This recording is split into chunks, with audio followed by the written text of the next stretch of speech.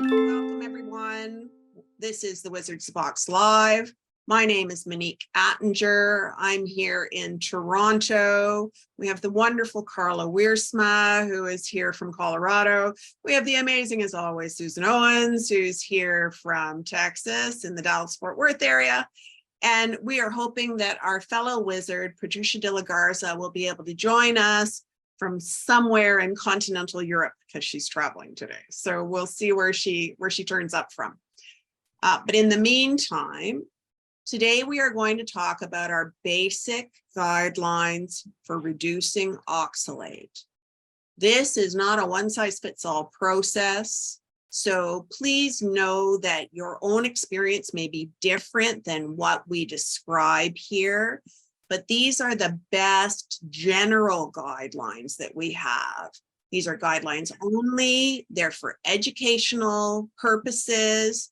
We encourage everyone here to consult with their trusted medical professional, doctor, nurse practitioner, whoever it is that you work with as a general health practitioner who is helping you to take care of yourself.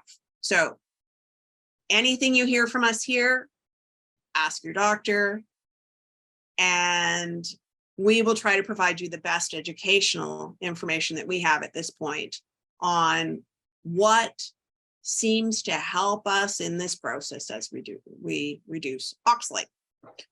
Now, that said, I'm going to get up our visuals for today that we are going to talk our way through.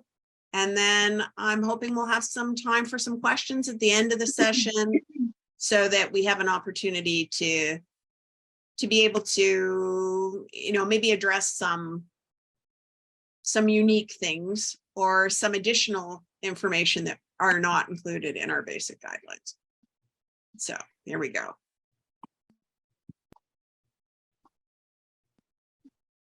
Oh, the joys of sharing your screen. Here we are. And here we are. So here is our first part of, we say safely lowering oxalate. These are really basic guidelines. So we really need you to think about your own particular health when you are actually lowering.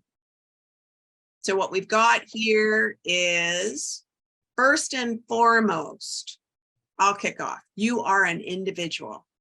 What I am inclined to say on our groups is there is no one size fits all. And as we know, those dreaded one size fits all t-shirts, there's one person out of 100 it fits perfectly.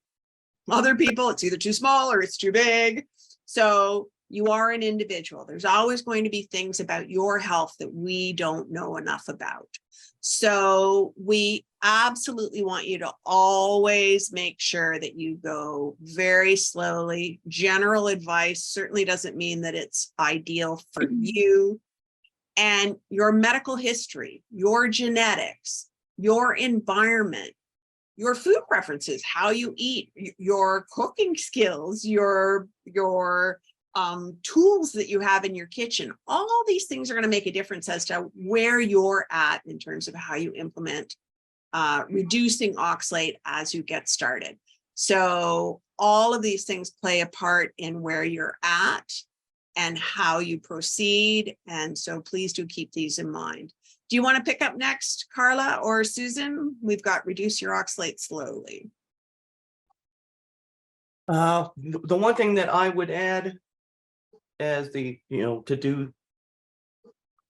to look at it as individual, the whole point of this is to make this as painless or as the least amount of discomfort as possible, with the understanding that there may be some discomfort, but this is all in the hope that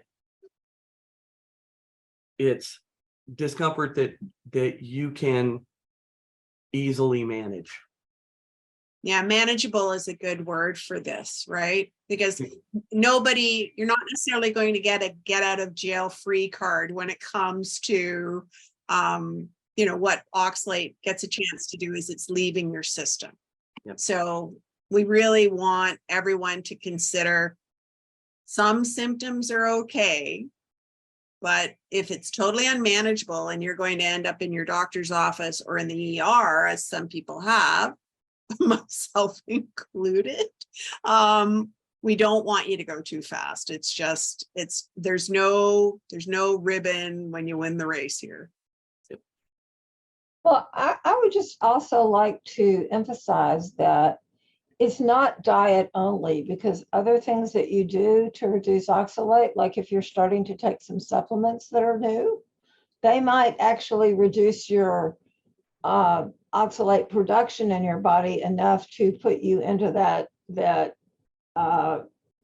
level where then your body thinks, oh, I can start getting rid of oxalate, where you have this remobilization. And so just remember that it's not just one thing. You have to look at both of those at the same time. Yeah, it's multifactorial. It's multifactorial. And I want to say that, the way that we ended up learning about reducing oxalate slowly was not that there were guidelines out there particularly. There weren't. But I kept getting calls from people who were at the emergency room, and they had reduced too quickly. Some of them didn't even know about oxalate, but somebody knew a friend who knew a friend who knew a friend, and somehow I ended up in the loop and talked to the ER doctors and told them what was going on, because the ER doctors didn't know what was going on either. And so that's how we learned that, sometimes you might have an emergency surgery, or, like tonsils out, or, just something going on, which makes you suddenly change your diet. And if you've been on an extremely high oxalate diet, then you're suddenly propelled into a low oxalate diet. And that can also happen if you're, say, somebody was talked into fasting. Well, when you fast, you're also cutting back your oxalate quite a bit. So those are just some little pointers about when you might not think about it, because you're not like, oh, well, I started X diet. It might be just something else that you did. Well, I think this dovetails very nicely into reducing your oxalate slowly, because our bodies kind of, like I said, our bodies like things to be a little bit more gradual, and put your toe in the pool, Yeah. in the shallow end before you hop off into the deep end. In the long run, it's just better overall. And again, your microbes also tend to like it when you give them gradual changes that they can adjust to more easily, as opposed to a wholesale change where your body is scrambling, and the microbes may be scrambling to figure out how do I get stuff back in balance. And let me talk about, we were talking about individuality here, and this is where this can come into play too, because we do have a system in our body that when our blood level of oxalate gets too high, then there will be a secretion of oxalate to the gut.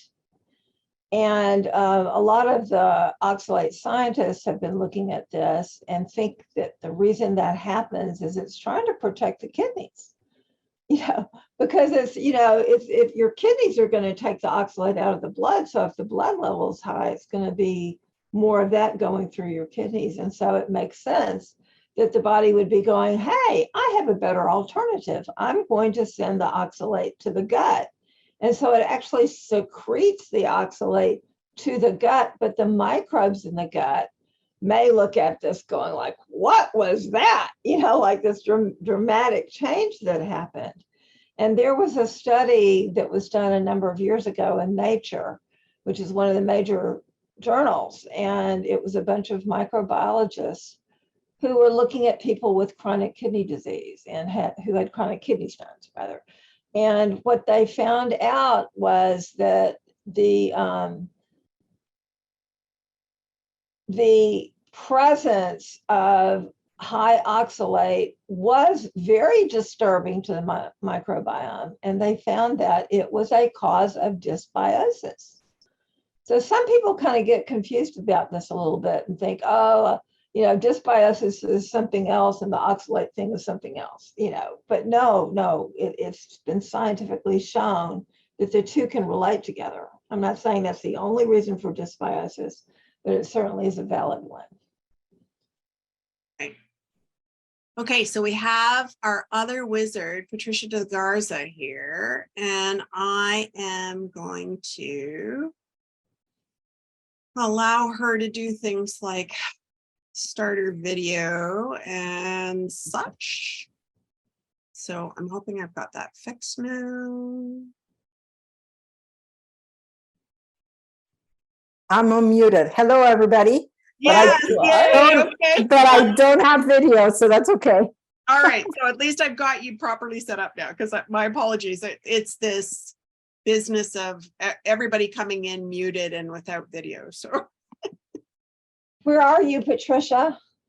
I'm right now in Brussels in my office, but really? So you're back yes, home? Okay. I just got back home, but it's nighttime for us. And I have 3 young ladies that wanted to go to the Brussels Music Festival. So I had to drop them off before coming. So I'm sorry I'm late.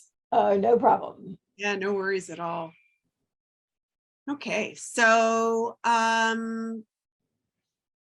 just as one of those people who happened to end up in ER after dropping oxalate too quickly, and for me it was the second time. So I had reduced oxalate, I'd started to feel really good. I thought that I might be able to add some high oxalate food back into my diet. It was a tactical error. I laughingly refer to it as the Great Green Bean Fiasco. I've written about it more than once on the group. But in the months after we had spent 4 months eating green beans, and often raw from our garden, so not just, I really kind of ignored that the data on this wasn't as good as I thought it was, but because it was a little bit unclear, I did sort of ignore it. I ended up in hospital in the ER with my blood pressure roaring and my heart rate roaring. And it was interesting because I was pretty sure it was oxalate. And so I was pretty calm and I just wanted to be monitored. But it was a very scary situation because my blood pressure was actually 230 over 130. So when we say here, that we want you to reduce slowly and we want you to consider your own health and we want you to, try things gently because otherwise you can really knock your system around. My personal experience is you can really knock your system around and in a way that you don't want to. So just please take that caution to heart. And make sure that when you're coming down in oxalate, you do this in a way that isn't going to put your system under so much pressure, so much stress that you're setting yourself up for a health crisis, because that's absolutely not what we want. Well, the last line says that this is not a race. This is not a race. This is a marathon at best. And yes. Not to be won by speed. Yes, and I was going to say we have a saying in the autism community for helping our kids, let's say, recover or, have a better quality of life. Yes, progress. And the saying is that this is a marathon, not a sprint. Not a sprint. Yeah. So remember that oxalate didn't accumulate in your body overnight and is not going to come out overnight. Oh, and also or all of it, it's, think of this as a longer term process. And also remember that your health is at a different place now than it was when the oxalate may have gone in. So it's not the oxalate I ate yesterday or the week ago or even a month ago that might be the big ticket issue. It's the oxalate I may have consumed over a decade.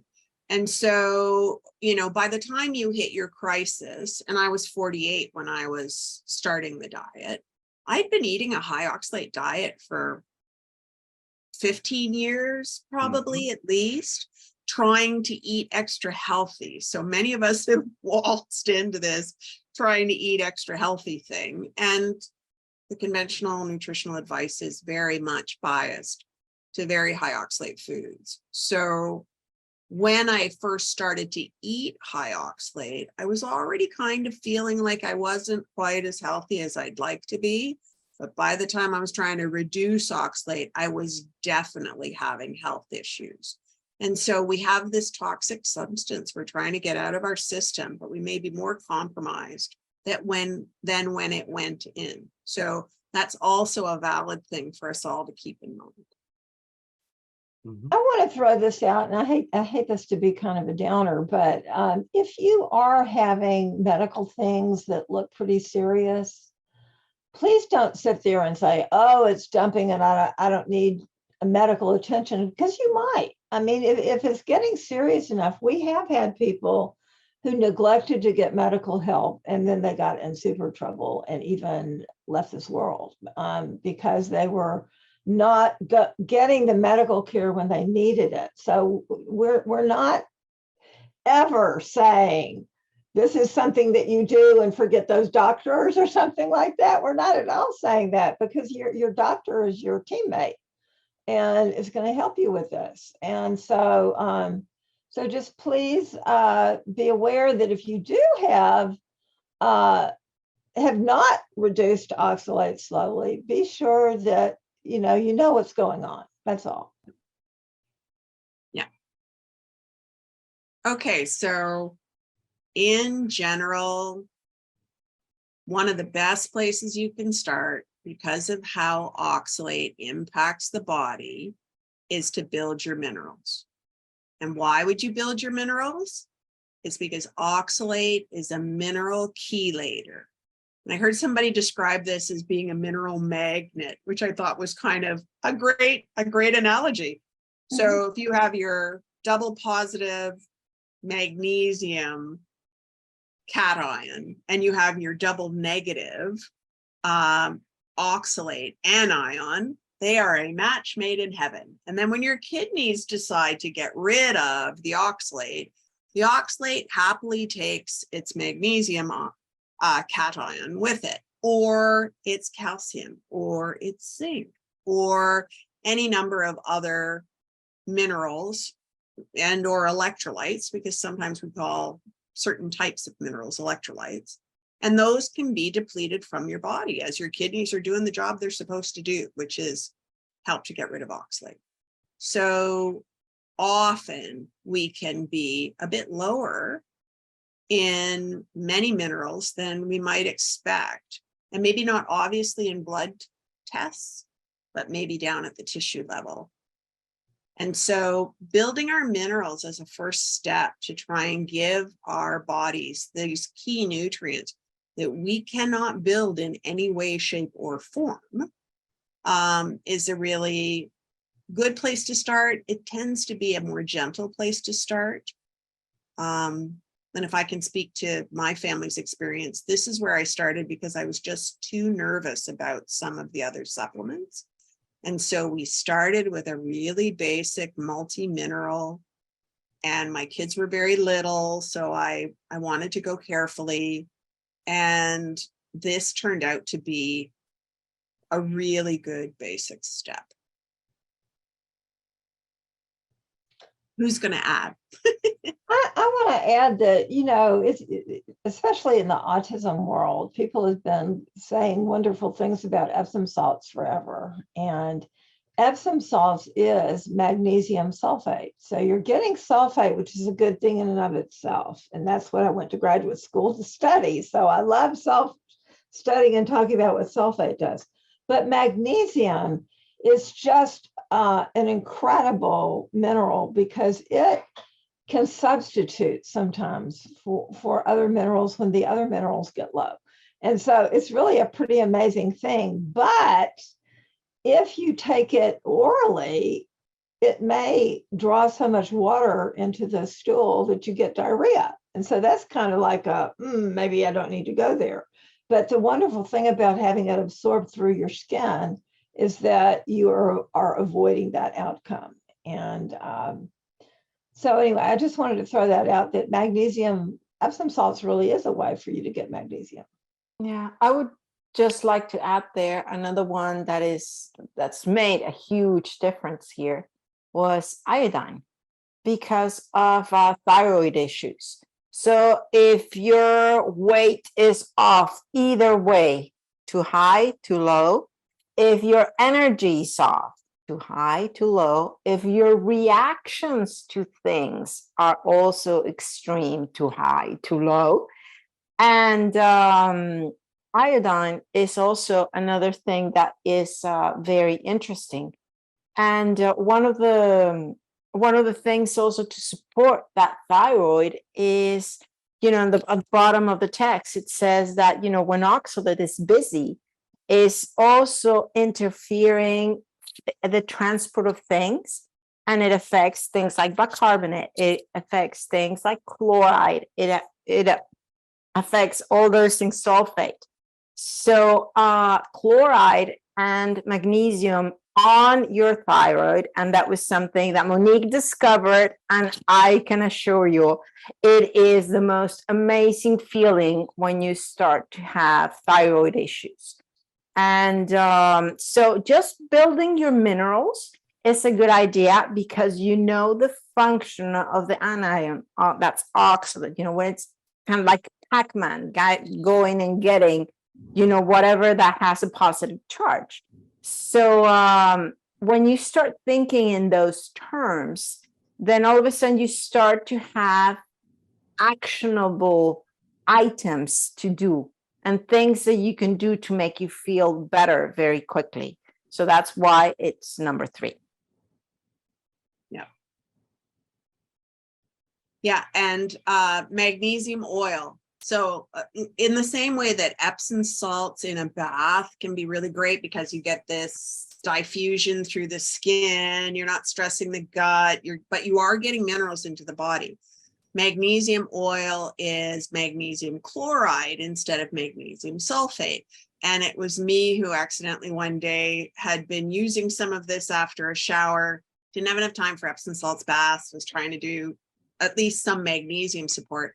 So I had this magnesium oil on my hands. I'd already put it the places that I preferred, which for me was underneath my clothing, because if it was on open skin like this, it would sort of get dry and irritated. So I always put it underneath my clothing. So I had it on my abdomen and I still had stuff on my hands. And I was going to be wearing a sweater that day and I kind of got frustrated and went, okay, I'll put it here. And then all of a sudden that day, I didn't have my normal sort of regular lull in energy with problems, with feeling cold and stuff. And I went, ooh, what's that? So yes, a very long story short, I went back to my endocrine guy. I'd been prescribed medication, but just a short time before. And I had started to do this magnesium chloride and I wasn't tolerating the medication well. So I went and got my blood test to go see my endocrine guy and figured I was going to get read the Riot Act. And I got there and he said, oh, your numbers are the best they've been in ages. And I went, and he said, I guess we got the medication right. And I said, I'm not taking it. And he looked at me and he said, what are you doing? And I said, well, I'm putting magnesium oil over my throat and I seem to feel better and I'm not getting the cold, waves and stuff like that. And he just shook his head and he looked at me and he said, I don't know why it's working, but keep doing it. So that's the story of how we accidentally found out that magnesium oil over the thyroid could actually be very helpful there. But Susan, I think you've talked about this before. Don't you think didn't you say you thought it was the chloride potentially as opposed to the magnesium? Well, both, because chloride is also something that's transported on the SLC26A family. That is a bunch of transporters. It transports sulfate and oxalate. and some other things. But we're learning more and more about that, and it's tying into a lot of the research that was done by Rosemary Waring on the sulfur chemistry in autism years ago. And so we're very eager to start looking at how those, two different threads of research fit together because they're traveling in the same way. And so that's pretty exciting. So we're still building out the picture here. Yeah. Oh yeah, well, and that anybody who says science is settled, I mean, it's like, really? I mean, have you ever actually done? I mean, it's like science is never settled because science is a technique to learn things that you don't know yet. Right. So how can that be settled? But at any rate, one of the things that I wanted to add is that this idea that you put it near your thyroid gland. You also have other organs of your body that might have some special needs. Like one of them is, where your liver is. There may be some things that you want to actually put near your liver, or, I recently have started working with a problem that I developed at the bottom of my legs, and I started putting things, on my leg close to where the site was. And even when I went to the doctor, the medicine that she gave was applied to the skin locally. So don't forget that you can do that. Everything doesn't have to go through your mouth. Yeah, it's the closest thing to targeted delivery. Right. So when I did start to have that benefit from using magnesium oil there, what ran through my head is it's the closest thing I could do to targeted delivery by putting it here. And then the first tissues that get a chance to use it are immediately under this skin that I've put it on. So I do think that that's something where there's probably opportunities that we don't even know about yet, but that, certainly the Epsom salts bath is another example of we're able to deliver something through the skin and get it to other tissues, which might be lower on the totem pole in terms of the bloodstream delivering to them. So, yeah. And this is kind of weird for me to say this, but what really drives the research is hearing these strange stories of what happened. Like if because of what I knew, what happened to Monique made sense. And she might not at that point have known the reason why it made sense. But when you combine what the scientists know to what people experience, there's usually this gap that says your experience is over here and the scientist never hears about it. So one of the points of our group is that we, encourage everybody to tell their stories, and then we try to get that information into the right hands so that it can be understood and interpreted and explored further. Yeah, agreed. How are people doing with the print here? Is this a little better if I Yeah, size that's it up better. a bit? Okay. Definitely better. Okay, sorry that it's been so tiny. I was just dealing with the full size of the screen instead of thinking, oh, we can zoom in. Thank you, Patricia. Patricia was saying, can I share the screen? I went, oh, gee, I could do that too. Anyway. But it's easier to read this way. Yeah, So- and if you want to share though, you can, because you've got the original. So but if this is working, just let me know. Yeah, but I think now I am sharing the screen, so that Oh, should be are okay. you? Okay. Yeah. So Actually, now, no, it's me, because I just did it anyway. okay. As long as it's going to work, we're good. Perfect. So let's talk vitamins. We Okay. know that oxalate is produced endogenously normally as part of your metabolism.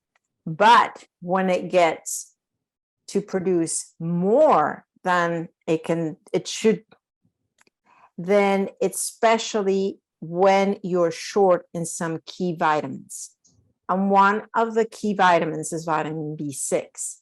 But you do not start by doing B6 because you want to start working on some other vitamins that are going to allow you to have the possibility to accept B6 because all the previous steps in your metabolism are covered. So, and just to give like a comparison, if you're baking a cake and it says you first beat the eggs and then you put some vanilla and then you put the flour and you start incorporating it into the eggs, then all of a sudden you get this really nice, lovely dough that can go in full of air into the oven and then up and rise into a beautiful cake. If you do it the opposite way and you have this blob of flour and then you just put some eggs on top of it and you hope that that's going to become this lovely airy cake, it will not. So in much the same way, you have to consider the order that your metabolism is using these nutrients. And that's why it's important when we say to consider these vitamins, to consider them in order. So you first want to beat those eggs, and then you want to put the vanilla and the lovely things, and then you want to put the flour. The flour is the basis of what the issue is here. So the flour will be like the B6, but it's a lot easier for your body to accept the B6 if the eggs are already beaten. So I hope that makes sense as an image. But you can see then that people often say, I cannot take B6. And I feel sick when I take B6. I'm nauseous when I take B6. I'm in pain when I take B6. I've heard a lot of things of people trying to take B6 because their labs show they're low, because everything that they read deals, to that or points to that deficit. But the minute they start trying to take it, they feel bad. It's because they haven't beaten their eggs. So it's really important to do it in this order, and know that if you are having reactions, it's probably exactly because you're very, very deficient. And your body is just saying, oh my gosh, I need this. And they're just fighting for it. And that's part of what's making you not feel so good. Remember that we like balance. We like everybody to be happy and calm and everybody to have their own share. So, yes. Can I explain a little bit how that works? Because your nutrition is really managed at the cellular level. So you have jillions of cells all over your body, and each one kind of organizes its own world. Okay. And so they're all getting the nutrients that come through the blood, and then they kind of get into your interstitial tissues. And so whatever is kind of coming by the cell, that is what the cell has to choose from. And so the cell is going to notice what's out there, and it's going to say, oh my gosh, I really need this. And so it puts out lots of transporters to get lots of that stuff in there. Okay. And so that's because it's used to not having very much. So it's opening up all the windows to get that stuff in. But if you suddenly go from nothing where, it was starving, and then you give it a whopping dose, then your dose is not like it's the amount that your dose is kind of high, like, say 1 milligram versus 25 milligrams versus 50 versus 100. That's what you're putting in your mouth. That's not what's experienced by the cell, because what's experienced by the cell is they left all the doors open. And so they're getting this humongous dose of this stuff because they were extremely deficient. And so that's why you get this really extreme reaction. And this is the reason why whatever you do here, you need to do it very slowly.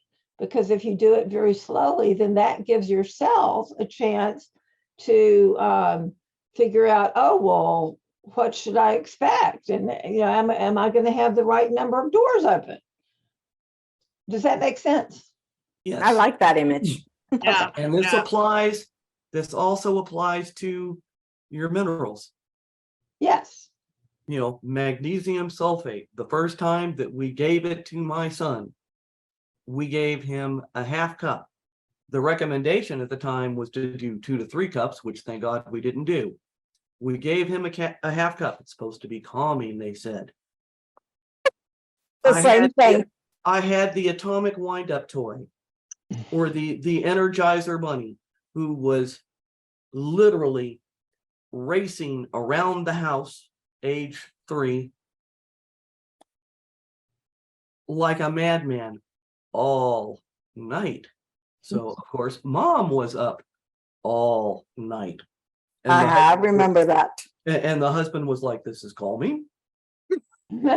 So, first lesson, if you're using something for the first time and you're not quite sure what the reaction is going to be, try it in the morning.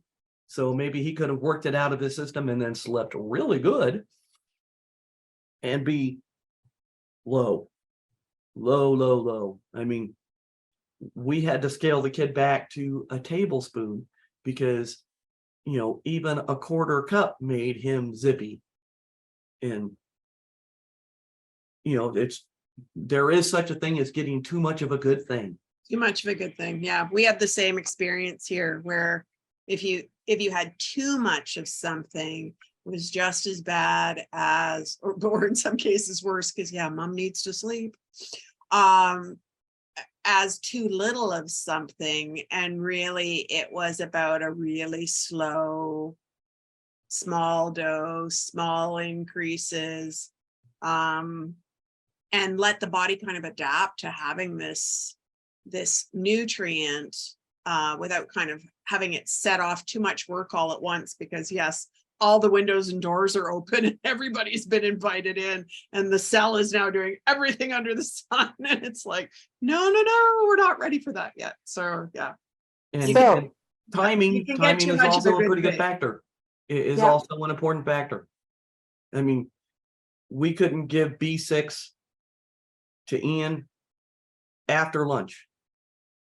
If when he accidentally got B6 at dinner, the ding, ding, ding, ding, he was, again, Zippy the Wonder Squirrel all night. But, giving it to him at breakfast or giving him to, letting him have it at lunch, perfect. Dinner, not so good. Well, and that also brings up the issue of, empty stomach or not empty stomach. Because if you've got other food around that's going to be giving you cofactors and all that sort of thing, it might be easier to tolerate. But if you take something on an empty stomach, you are likely to get the most extreme reaction. Yeah. So going to the order of vitamins, then the first one we would like you to consider is biotin, vitamin B7. And that one, the way we did it is that we started with 500 micrograms. And that's the way we did it. You can start even lower. And then slowly we would add, do it morning at night, and then morning, midday, and night. And then we would raise the morning one to 1 milligram. And then, midday and night would stay at 500. And then we would do morning and night. And then, add the midday and just keep moving it up. And in the case of my daughter, we went to high dose biotin, which was, in her case, at 6 years old, 15, 15, and 15 milligrams. But we started with 0.5 milligram, just that you get an idea of the kind of progression that we did.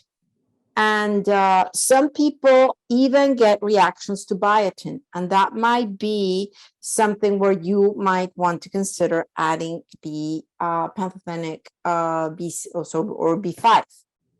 And the second one then is thiamine. Thiamine was... Before you go there, Patricia, Can I say something? Sure.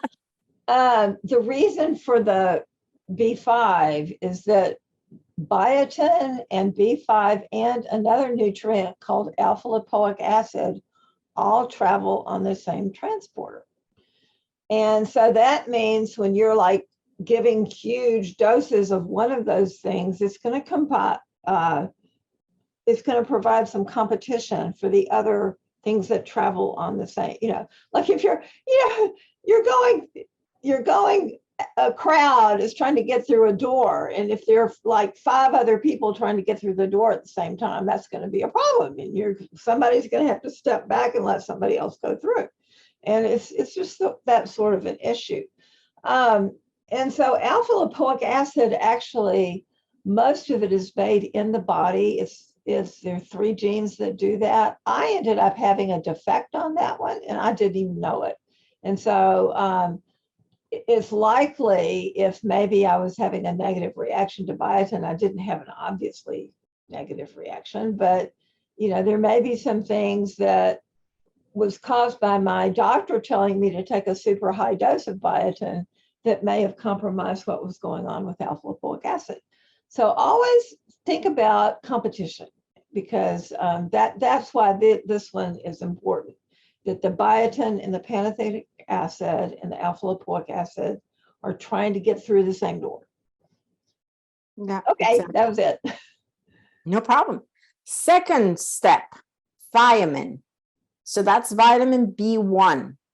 And like Susan said, this one also might need support with alpha lipoic acid. Third in the order of introduction would be vitamin B6.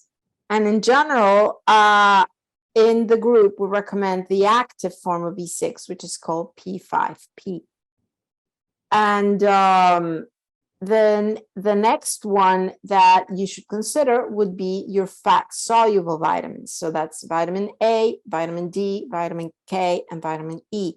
Those are fat-soluble, and those accumulate. The other ones, the B's, are water-soluble. And if you're not using them, you're going to pee them away. And so you don't want to get to a toxic level of the fat-soluble vitamins. And since they're fat soluble, when you take them, make sure that you're taking them with something that includes fat. So, some coconut oil, some butter, some ghee, some, animal fat, whatever, so that, those fat soluble vitamins can be taken up by the body. One other note for the biotin, make sure you have plenty of magnesium on board.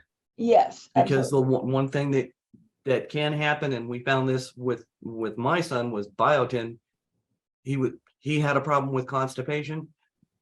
Biotin made it infinitely worse until we got the constipation issue resolved, and part of that was increasing the magnesium and finding out what was really causing the constipation in the first place. And it wasn't necessarily the magnesium, but increasing the magnesium allowed him to take higher doses of biotin beyond 100 micrograms without putting him back in a constipated state.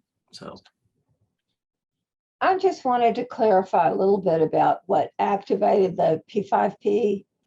It's activated inside your cell, but it's not, it actually travels through your blood. Most of your B6 is in the form of P5P in your blood, but it's not being used by an enzyme there, it's just traveling. But we have an enzyme that sits on the outside cell surface that takes the phosphate group off, and then pyridoxal gets through the cell membrane, and then there's another enzyme that puts that back on so that it's activated. So it's really not really all that correct to call it activated B6 when it's just traveling through the blood, because it's activated. You're talking about it being used by an enzyme, and the enzymes are really inside your cell. So that's kind of a finer point. But the other thing that was recently something that we learned that we did not know until about 2 years ago, when a laboratory in Russia figured this out, is that thiamine in a non-vitamin role puts brakes on B6. And so we have found that a lot of people that have bad reactions to B6, the problem is that they have a thiamine deficiency. And they needed to do that, solve that first. So that's really why we have this 1, 2, 3, 4 step, and we have the thiamine happening before the B6, because you want, you know, would you drive a car that didn't have brakes? No, I would be scared to death. I have done it before, and it was a really bad thing. I did not know that I had no brakes, but you know, you don't want to find that out the hard way. So that's why we do the thiamine first, is because we want to be sure that you can put a lid on B6 once you start introducing B6. If you have problems with B6, look at your thiamine chemistry. Okay. Okay. Shall I go to our second half? Yes. Great. Let me close this one down then. And I will share our number 2. All right. Let me move this around a little bit. All right, so second half of our safely lowering oxalate guide. I'll blow it up a little bit here and get us to the top.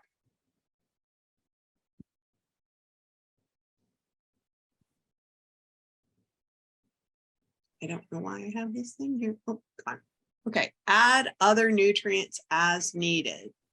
So we've suggested an order of what I typically call the big guns, because biotin, B1 and B6 are so important for so many of us in terms of dealing with what oxalate's doing in our bodies, and also trying to get healthier and get our bodies working better again. However, we may need other nutrients. And we spoke a little bit about this in terms of B1, but alpha lipoic acid. Do you want to speak to this one a little bit, Susan? Because it was you who... Well, this was the one that was like an, oh my gosh, I wish I'd done this years ago thing, was that I wrote a paper on alpha lipoic acid last summer. And I got to thinking, oh my gosh, you know, it's a cofactor of thiamine. And I found out that I needed huge levels of thiamine. And I thought, well, what if the issue really was that I didn't have enough alpha lipoic acid? So I looked up my genetics, and I had done whole genome, and I found out that I had basically a fatal error in making alpha lipoic acid.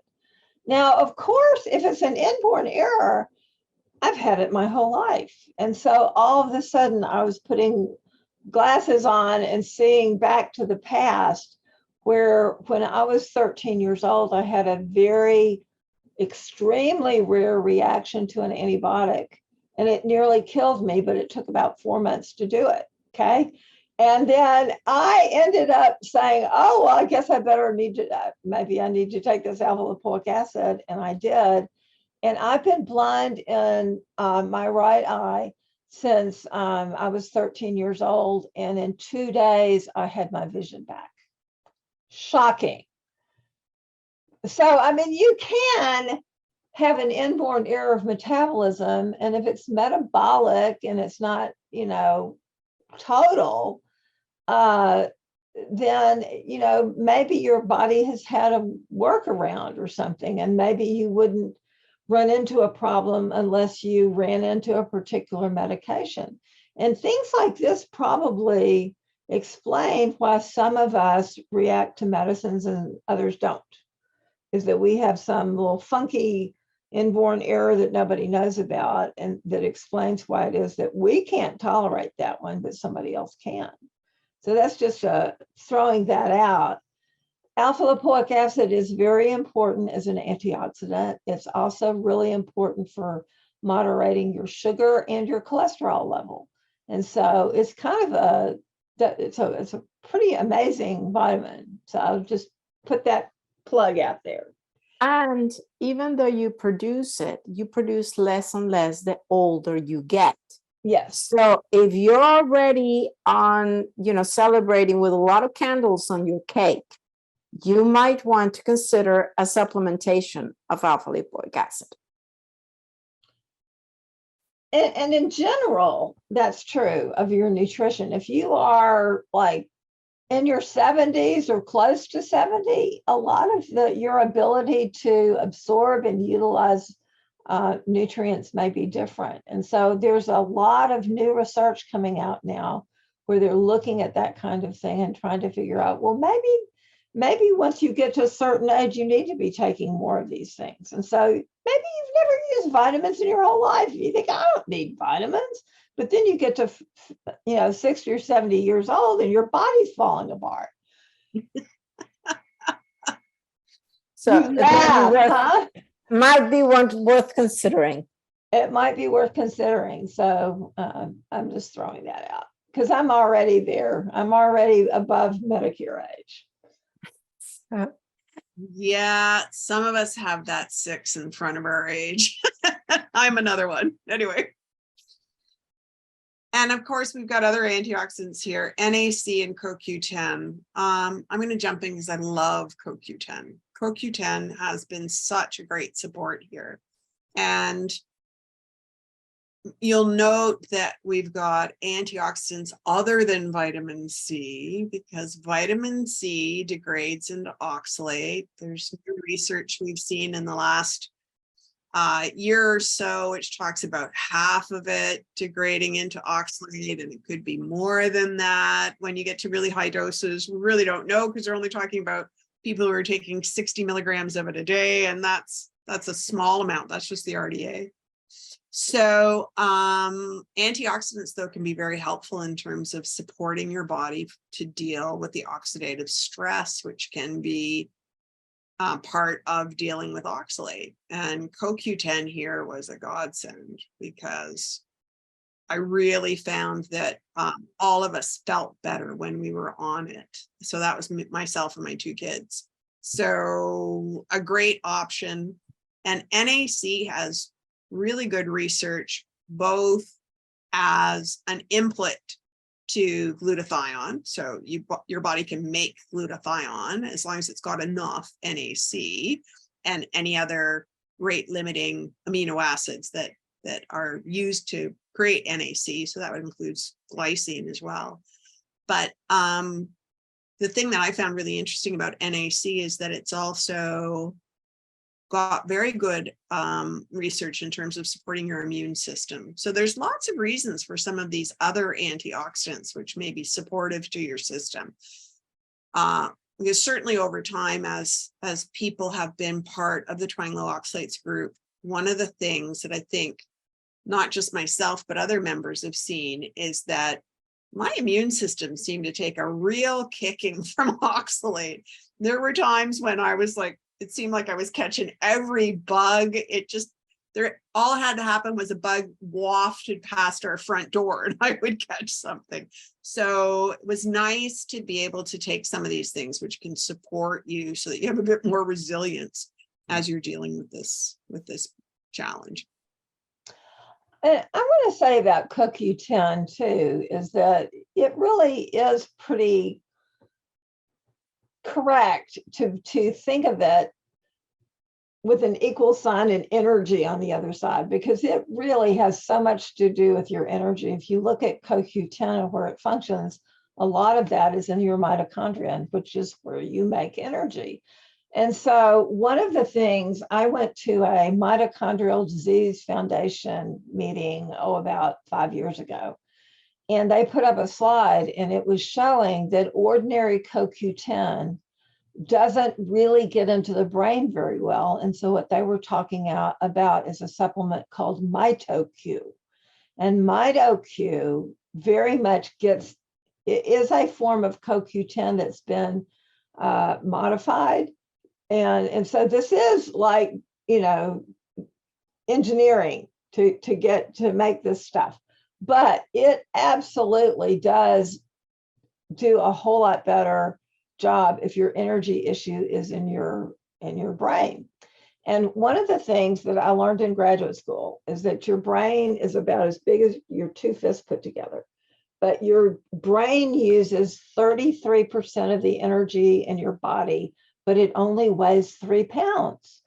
And so this is why it is an energy monster. It needs tons of energy. And so this is why we hear so many people get on our group and find out that because they have all this high oxalate business and it hits mitochondrial function, one of the main symptoms people complain about is having brain fog. How many of you ladies had brain fog before you reduced? Oh, I did. me. Yeah, me.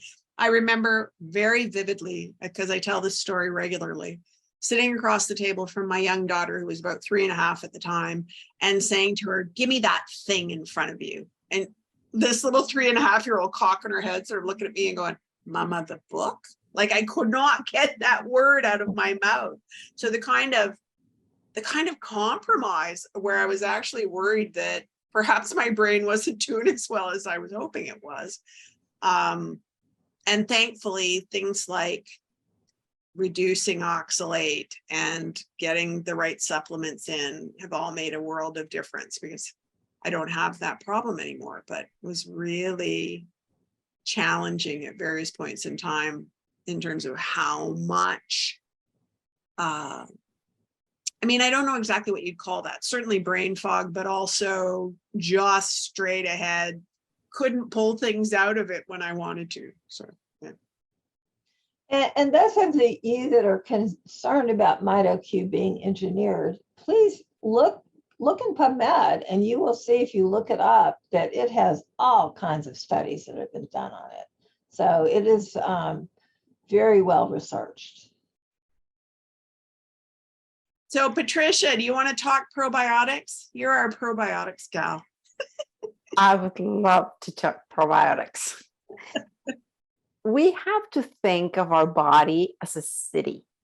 We're not just us. We live in a community full of citizens in different sizes and functions and doing different things, and everybody working together. And when somebody is in lower numbers, or a function is in lower numbers, you have to remember your microbes are the adaptogens to the body. So they're the ones that adapt whatever it is. If you're eating donuts today or salad tomorrow or whatever, the ones that adapt. So to make sure that you are getting whatever it is that you need to function, it's going to be your microbiome. And we have particular microbes to deal with oxalate. So we have a particular species that we talk often about in the group, which is the Oxalobacter formigenes. And but it's very, very sensitive to antibiotics. So if you've had a course of antibiotics, the numbers of Oxalobacter that you have in your gut are probably affected and lower than they should be. And you do need to have a certain number of oxalates for the Oxalobacter to eat. So if you're a complete carnivore, then you probably do not have a very healthy representation of Oxalobacter, because there's nothing for it to eat. And so we have to remember that, and we have to remember that if you have some oxalate in the gut and you don't have enough of this particular family that likes eating oxalate, somebody else is going to take it over. In the autism world, where I did my time, let's just say it that way, it's very, very common to come back from fecal analysis and have acidophilus 0, bifidus 0, and you are giving this once and again 3 times a day and whatever, and when you take the next sample, it's going to be 0. Why? Because probably you do not have that Oxalobacter, and everybody else is trying to deal with this toxin. eating it and dying with it. So, so that's one of the reasons why we started trying the probiotics. And in the discussions of that first research group where I was a part of, that Susan started when we tried the low oxalate diet at the beginning, way back when, we were in the second cohort, my family was.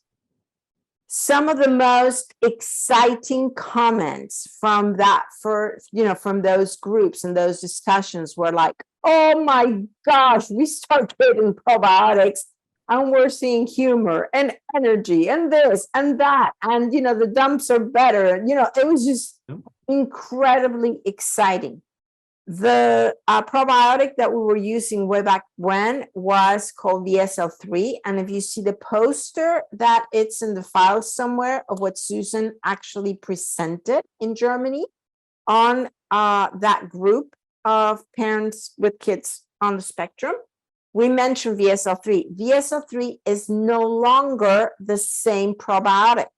They actually changed the formula, and the scientists that designed that formula turned it into a new probiotic. So now it's called Microbiome in the USA, and it's called Vivomix in Europe. It's a very potent probiotic that has like 125 colony forming units and a number of different critters, if you want to think of it that way. And not everybody accepts it. You have to start low and slow. But I was part of that group that got a huge wow from adding a potent probiotic to the mix. Recently, there was a study that was done on, I think it was children with cystic fibrosis.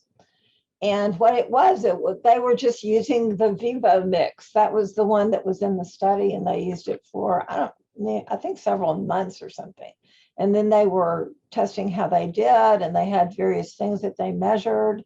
And it was astonishing, really, how many intestinal markers of intestinal dysfunction improved. And the reason that this is really important is that we know that the cystic fibrosis regulator that's broken in cystic fibrosis, it governs oxalate transport. And so people with cystic fibrosis are high oxalate. So this was basically like getting a study done on us without doing a study on us. And so that is really exciting, because their results were just astonishingly good. And another thing that was kind of strange about this study is that one of the factors that they measured was arabinose. And it has been widely talked about that, arabinose was a marker for yeast, but there's really very little, there's no research that is very direct showing a relationship there. But there was a study in Russia that found that if your arabinose was high, that if you gave a measured amount of arabinose to somebody to drink, if they peed out a lot, that was an indication of a healthy gut. And if they peed out a teeny amount of arabinose, that was the signs of an unhealthy gut. And so this particular study found that the CFTR, the people with cystic fibrosis, their arabinose went way up. And so that was happening at the same time as they had many, many other markers of improved gut function. So a lot of the doctors have been told that if you have high arabinose, it's bad, and if you have low arabinose, it's good. And so there's research now that's showing the exact opposite. So I just wanted you look that study up and read it if you want to. But they were using the Vivo mix, and that is exactly what produced the good results. And we know from work on VSL number 3 that it is one of the best oxalate degraders out there. There was a study done by Steve Daniel many years ago where he was looking at VSL number 3, and it was like maybe 100 times better than any other probiotic that he studied at the time. So isn't that amazing? I thought it was fantastic. I mean, we were one of the families that were just raving about it. It was just incredible. But let's move on because we've been at it for an hour. So let's just do it quickly. Yes, we have. Okay, lower your vitamin C slowly. There is good research that shows that we are getting a lot of the oxalate that's in our diet, potentially from vitamin C, and that when we take high dose vitamin C, we can increase our risk of things like kidney stones and all kinds of possibilities with oxalate in general, because of research which shows that about half of it is degrading into oxalate. So what we want is to have vitamin C in our body, but be able to recycle it. That is the human adaptation to not making our own vitamin C. Many other species actually make their own vitamin C. We don't. We need to get it from our diet. But ideally, we recycle it. So it gets oxidized. And then if it gets oxidized a second time, you end up with oxalate. But if it gets oxidized once and then we can recycle it, then you've got usable vitamin C again. And if we're doing that kind of work in our body, we need other antioxidants in order to do this. So we want to encourage you not to overdo supplementation of vitamin C. And the recommendation is about a maximum of 250 milligrams per day for an adult. For sure, if you're taking mega doses now, as many people have, and I'm one of them, at one point I was taking 10 grams or more per day. In that case, you're getting a whopping load of oxalate from vitamin C, and your diet is probably the pinch hitter in terms of how much it's producing. So we really want you to lower that vitamin C slowly. So bring it down. You have to evaluate for yourself, but we'll say small amounts at a time. If you're at like the 10 gram level that I was at, I started to bring it down fairly quickly when I did that. But the intake was so high that coming down 250 or 500 milligrams at a time, it was almost like my body hardly noticed that. But you're going to want to slow down as you're coming into that 250 level and be ready with other antioxidants on board. And hopefully, if you're at these really high levels of vitamin C, you've built in your minerals and other support along the way before you start really lowering this, because your body's going to have a lot of work to do if it's got a lot of oxalate to deal with. And if you lower your vitamin C too quickly, you may end up getting symptoms of scurvy, because your body is going from this huge amount to nil or 250 milligrams and thinking I'm deficient. So you really don't want to do that. So again, good reason for, when you're adding something in that you know is going to help, start it slowly. If you're taking something out and you know it's going to help, you still want to reduce it slowly. Let your body adjust. And the other thing is that we get in the group lots of questions about this form of vitamin C or that form of vitamin C or that other form of vitamin C or this new form of vitamin C. When the body gets it in the body, it's all vitamin C. It's all the same stuff, and it all gets converted into oxalates. Well, not the whole amount will, but a significant amount. Yeah. And also, I just want to point out that 250 milligrams is still about 4 times the RDA. Yeah. So, we're not talking about something that's going to make you vitamin C deficient. not at all. And so that's why it's so weird, with going from a high dose to when you're still taking a really high dose, it may produce symptoms of vitamin C deficiency, even when you don't have a vitamin C deficiency. And that's what's so strange. And that's certainly not something we figured out. People have known about that for years. Oh, can I have the next one? Yes, go ahead. Food variety, people. Food variety. Food is fun. Food is wonderful. Food is rich and delicious and lovely.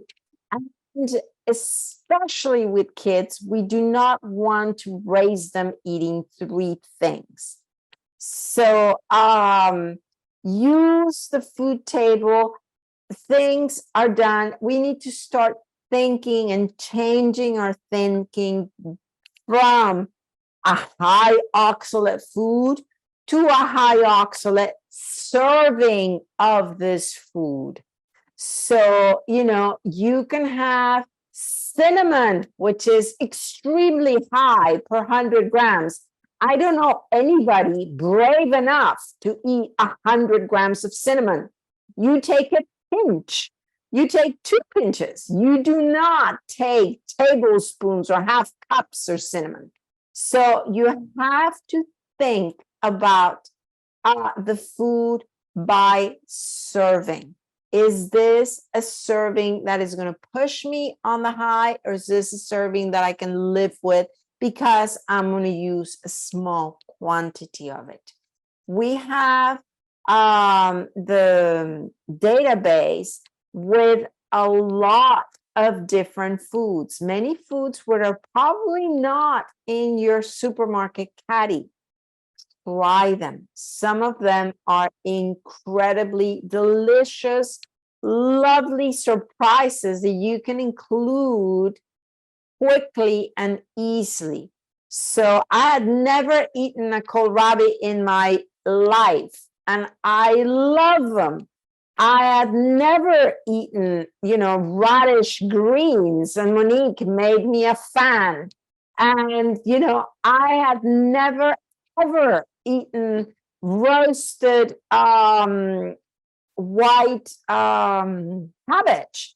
And it is amazing. So please think of oxalate levels per serving and experiment. Make it fun. Have an experimentation day. So, following a special diet, especially we're talking about oxalate, think of it as an allowance. You have an allowance of so many oxalates, and just have fun with what you can have with that level, and just start lowering it. But it just breaks my heart when I'm in the group and I say, okay, I eat green peas and rice and ice cubes.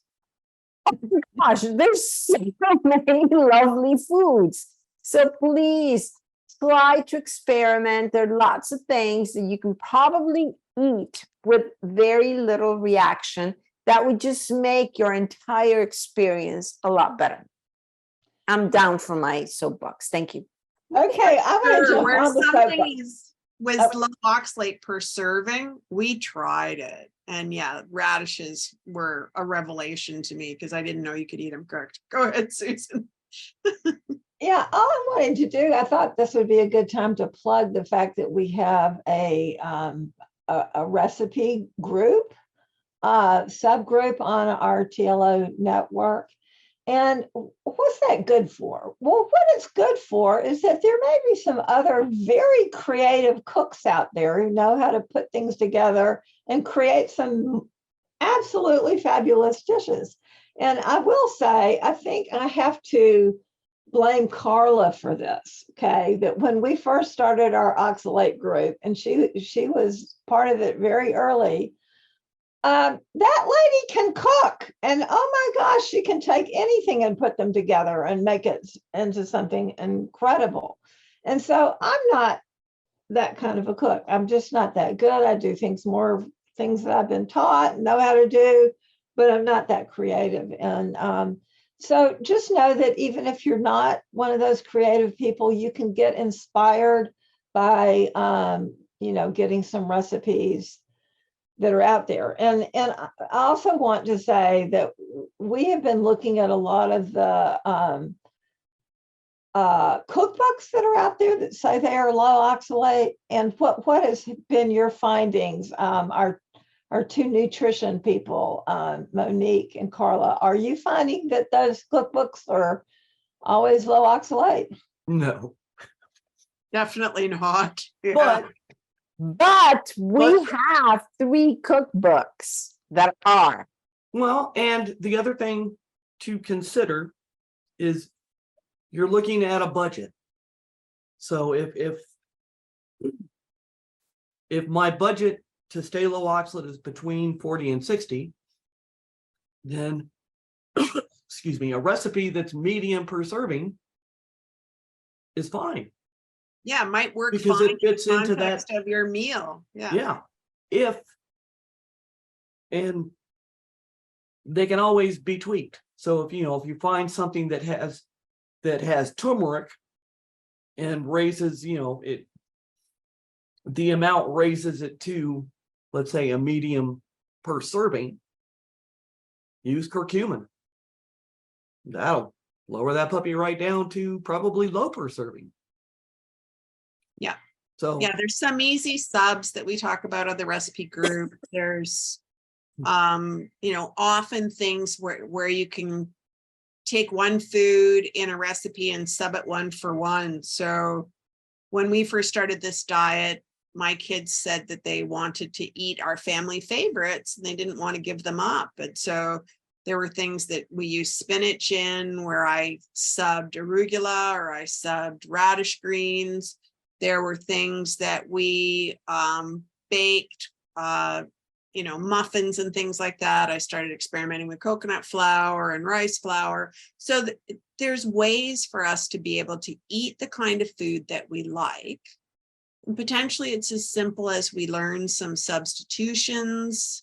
So if you're not feeling like you're a great creative cook, there's that. The other thing is we love picky plates. So a little bit of a raw red pepper, a little bit of cucumber, maybe some peaches and slices, and then a rice cake with some meat on it, and something for a kid to dip that stuff in the middle. And all of a sudden it was a really nice little meal, and it was colorful and it was lovely. And I know Patricia did things like that too. So Yes, absolutely. So, and we have 3 lovely cookbooks on Amazon by these 2 lovely ladies. So, and I can only recommend them. And I'm just going to tell you, Carla, that foxtato salad, it is a winner in this house.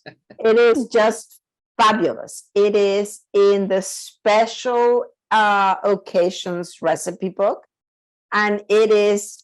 I think I'm cooking it every week. I mean, it's just delicious. oh, thank you. So, does anybody want to do number 9? I guess I'll do that, since inflammasomes are a real favorite topic for me. The inflammasome is part of your immune system, and it was only discovered in the year 2002. But it ends up that there are certain things that can get it activated. And, we all know about, bacteria and viruses getting our immune system upset. So that's maybe not a surprise that that's part of it. But what we didn't know is that when something gets high enough in concentration to crystallize, then that turns on the inflammasome. And so when we're having these big dumping episodes, when we have like this liberation of a lot of oxalate all at once, it may reach the critical concentration where it activates the inflammasome. We don't want that to happen, because what that's doing is turning on your immune system. And your immune system is a metabolic hog. It uses all the assets out there it can get to try to get rid of whatever problem it finds. And it considers oxalate at a high enough level to be that sort of an issue. And so this is why there's been a lot of research on how to dampen down the inflammasome. And so if you are having symptoms when you're dumping. That's why the things that the scientists have found inhibit this. Now, if you look at in the studies, they may have, numbers like FPQ34 or something like that.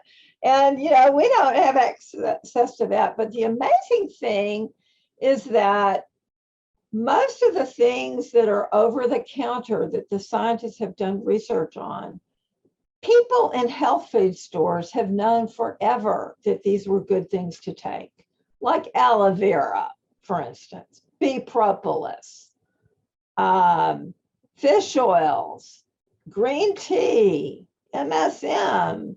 I'm just reading through our group, fairly recently, I'd say in the last 10 or 15 years, there's been research on sulforaphane, which is made from broccoli sprouts. And I believe, Patricia, aren't you the one that just loves to make broccoli sprouts at home? I do. I make 3 batches every day, so that we have enough to go. Well, there you go. And there's a good way to keep your immune system down regulated, where it's not like exaggerating what it does. And ginseng, that, goodness knows, that's been a health food store forever, things that people did. And melatonin and oxytocin, those are 2 hormones that the body makes, but also you can buy them. And oxytocin, just go get your hugs from your family. Yeah, True. a back rub.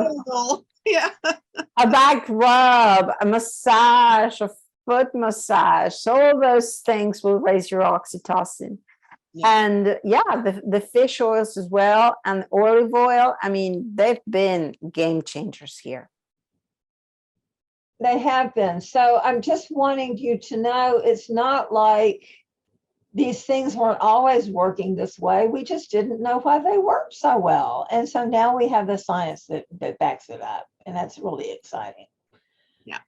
So don't be afraid of these things. Now, I have talked to enough people to know that most people will look at this list and they'll go, oh my gosh, I can't handle any X, so one of the things on the list.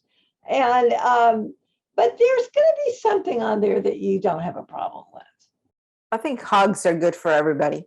Hugs I are good for agree. everybody. And like a lot of people will say that they can't handle sulfur, but it may be the form, it may be like related to the dose, how much of it you have, but maybe you start with just a little bit of broccoli sprouts, or maybe you start with, a little bit of aloe vera. That's not a sulfur supplement. So there's more than one way to come at that as well. Right. And you just may be surprised at how effective some of this stuff is. Like one of the ones that I was shocked about was the beta hydroxybutyrate, because it's a ketone. Yeah. And goodness knows, most of us have heard people say, oh, I got so much better, my health got so much better when I went into ketosis and stayed in ketosis, and I do fasting all the time, so I'll stay in ketosis. Well, that's because your body's making this beta hydroxybutyrate, and then that's calming down your immune system. So it is nice that you can take it as a supplement also and get a little bit of benefit without just doing the fasting. So I think we've cut what curcumin is made out of turmeric. And the lovely thing is we have not yet measured anybody's curcumin that wasn't low oxalate. So that's really exciting. And then resveratrol is mainly made from grapes. And I know there's one commercial that I see where somebody's talking about this great product that they're making it very concentrated, and it's likely that the deal that they're getting there is the resveratrol. Okay, so we hope we have given everybody lots to think about here in terms of what is kind of your basic pattern. It may not be perfect at this point, but this is the basic pattern to try and get yourself heading in the right direction. Of course, we have the group where you can come and ask questions. And of course, we have this lovely group of people who are working on the Trying Low Oxalates groups and helping to answer questions and moderate and make sure that you're getting good information. And we're also professionals here, so you can contact us if you need more one-on-one help. And what were you going to say, Susan? At the very bottom, we have this line that says, Oh, yes. not every reaction is an oxalate reaction. Who wants to talk to that? Yeah, this one is like, it's so easy to, basically when in doubt, blame oxalate, which is the t-shirt slogan that I laughingly say I'm going to make up one of these days. But yeah, truth be told, it's not always oxalate that's at fault in some kind of symptom that we get. And so good habits like my friend Patricia and my friend Carla, who track things very well, this can be helpful. Just keeping in mind that even if you treat something as if it's oxalate, just to keep your eyes open and look for patterns, because it could be when you're starting a supplement that maybe your system's not handling that supplement because there's an additive it doesn't like, or maybe there's a too big a dose, or like not everything is necessarily oxalate, even though to some degree that's laughingly the joke in our household. But your health is more complicated than any one trick pony. So please do pay attention to what's happening. Check with your doctor if something's not right, especially if you don't feel well. Just make sure that nothing's simmering that might be something other than oxalate, because that's a May I give an example? Yeah. Yes. This is completely different, but I think it's so out there that it's going to stick and you're going to remember next time you're looking at a symptom. I was training as an ABA therapist that's applied behavioral analysis for autism. And I was at a specialized center, and there was this one child, small little boy, really chubby, that would throw a fit every time he would go into one of the 3 therapy rooms in this center. And he would not throw a fit going into the second or the third, but every time he had to go into that first one, he would just go berserk. He would drop himself on the floor, start screaming bloody murder, and start not wanting to go in and whatever. And everybody had like this whole plan for behavioral intervention to get him accustomed to this room and blah, blah, blah. And I actually went on my force and started checking that room from top to bottom.